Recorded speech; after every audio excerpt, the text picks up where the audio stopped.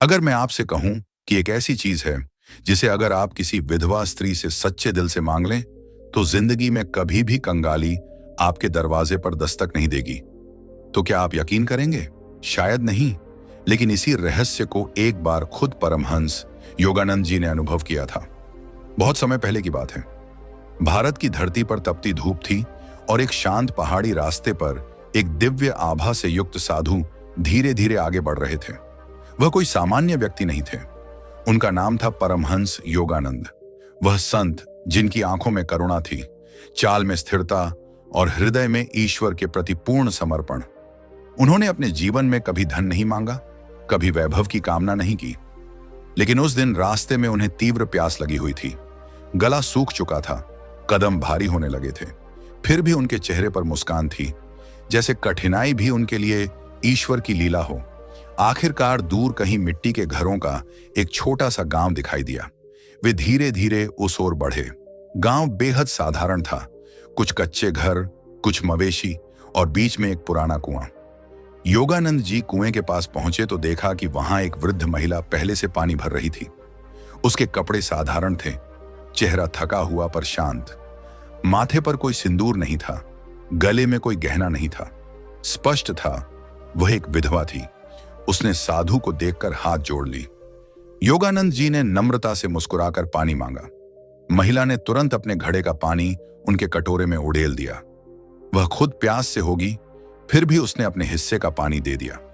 योगानंद जी ने पानी पीकर गहरी सांस ली और फिर उस महिला की ओर प्रेम भरी दृष्टि से देखा। उन्होंने धीरे से कहा, अम्मा, क्या आप मुझे एक आशीर्वाद देंगी? महिला चौंक गई। उसने कहा, महाराज, मैं तो खुद लाचार हूं, मैं आपको क्या दे सकती हूं? मेरे पास देने के लिए कुछ नहीं है। योगानंद जी मुस्कुराए और बोले, अम्मा, मैं आपसे धन नहीं मांग रहा, वस्त्र नहीं मांग रहा, भोजन नहीं मांग रहा। मैं तो बस आपके हृदय से निकला हुआ एक सच्चा आशीर्वाद मांग रहा हूं। विधवा स्त्री का आशीर्वाद बहुत शक्तिशाली होता है।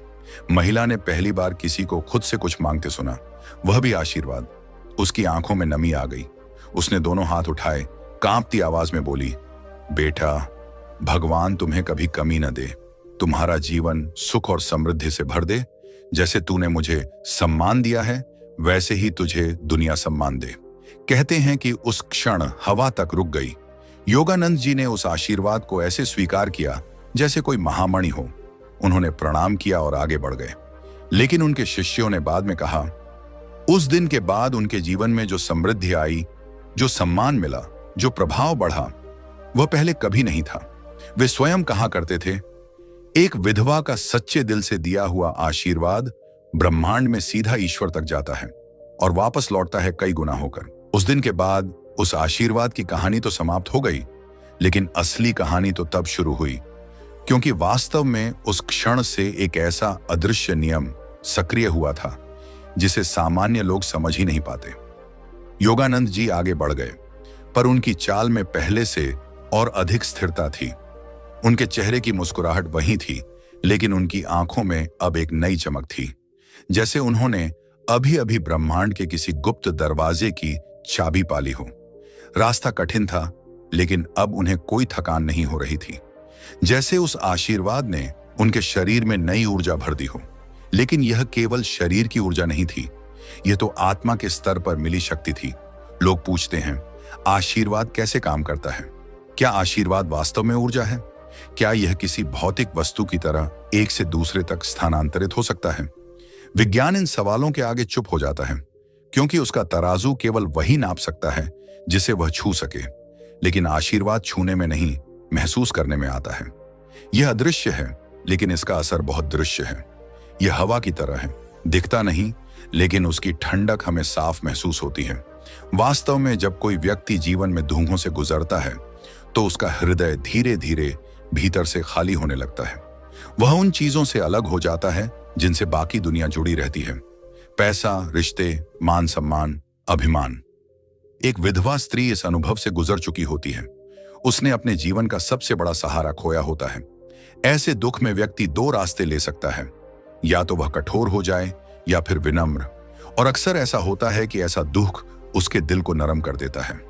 उसके भीतर जो धुआं निकलती है वह सिर्फ जुबान की नहीं होती, वह आत्मा की गहराई से आती है और ऐसी ही दुआ का असर फिर किसी भी तपस्या से अधिक हो जाता है। योगानंद जी उस अनुभव को अपने भीतर महसूस कर रहे थे। उन्हें लग रहा था कि जैसे उस महिला की आवाज अभी भी उनके कानों में गूंज रही हो, भगवान तुम्हें कभी कमी न दे। यह शब्द केवल शब्द नहीं थे, यह एक कंपन था, एक तरंग थी जिसे ब्रह्मांड ने तुरंत पकड़ लिया था। ईश्वर के नियम बहुत सरल हैं। जो सच्चे दिल से दिया जाए वह 10 गुना होकर लौटता है, और जो सबसे पीड़ित आत्मा से दिया जाए वह 100 गुना होकर लौटता है। अब प्रश्न यह है, क्या हर किसी को बस आशीर्वाद मांग लेना चाहिए? क्या यह कोई लालच वाला सौदा है? नहीं, आशीर्वाद तब असर करता है जब सामने वाला इसे सम्मान से स्वीकार करे। योगानंद जी ने उस महिला को दानदाता समझा था, भिखारी नहीं। उन्होंने उससे कुछ लिया जरूर, पर धन नहीं, सम्मान। यही तो भेद है। अगर आप किसी जरूरतमंद से कुछ लेते नहीं बल्कि उसे आशीर्वाद मांगते हैं, तो आप उसे यह एहसास दिलाते हैं कि वह अभी भी देने की स्थिति में है, और देने का सुख सबसे महान सुख होता है। धनवान भी दान देकर संतुष्टि पाता है और निर्धन भी आशीर्वाद देकर। इस संसार में 2 तरह के लोग होते हैं। कुछ लोग दूसरों से लेने के लिए जाते हैं और कुछ लोग दूसरों के दिल में जगह बनाने के लिए।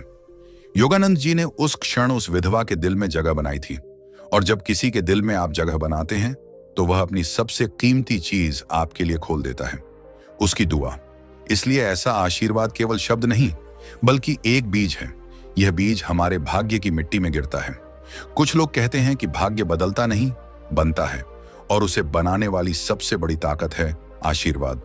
धन से आप घर बना सकते हैं, लेकिन आशीर्वाद से घर में सुख आता है। अध्ययन से आप विद्वान बन सकते हैं, लेकिन आशीर्वाद से आपको बुद्धि मिलती है। मेहनत से आप कमाई कर सकते हैं, लेकिन आशीर्वाद से उस कमाई में स्थिरता आती है। सवाल फिर यही उठता है, क्या हर विधवा का आशीर्वाद इतना शक्तिशाली होता है? इसका उत्तर है नहीं, यदि वह केवल औपचारिक रूप से दिया जाए। लेकिन यदि वह हृदय की गहराई से निकले तो फिर उसका कोई माप नहीं। और ऐसी गहराई वही समझ सकता है जिसने खोया हो, जिसने हर माया का अर्थ समझ लिया हो। इसलिए संसार में सबसे सच्चा आशीर्वाद मिलता है या तो मां के दिल से, या उस व्यक्ति से जिसने संसार की सबसे बड़ी चोट सही हो। और विधवा स्त्री दोनों श्रेणियों में आती है। वह मां भी हो सकती है और जीवन की पीड़ा से घड़ी हुई आत्मा भी। कई लोग सोचते हैं आशीर्वाद मांगना कमजोरी है, लेकिन सच्चाई यह है, आशीर्वाद मांगना अहंकार को त्यागना है। आपको झुकना पड़ता है।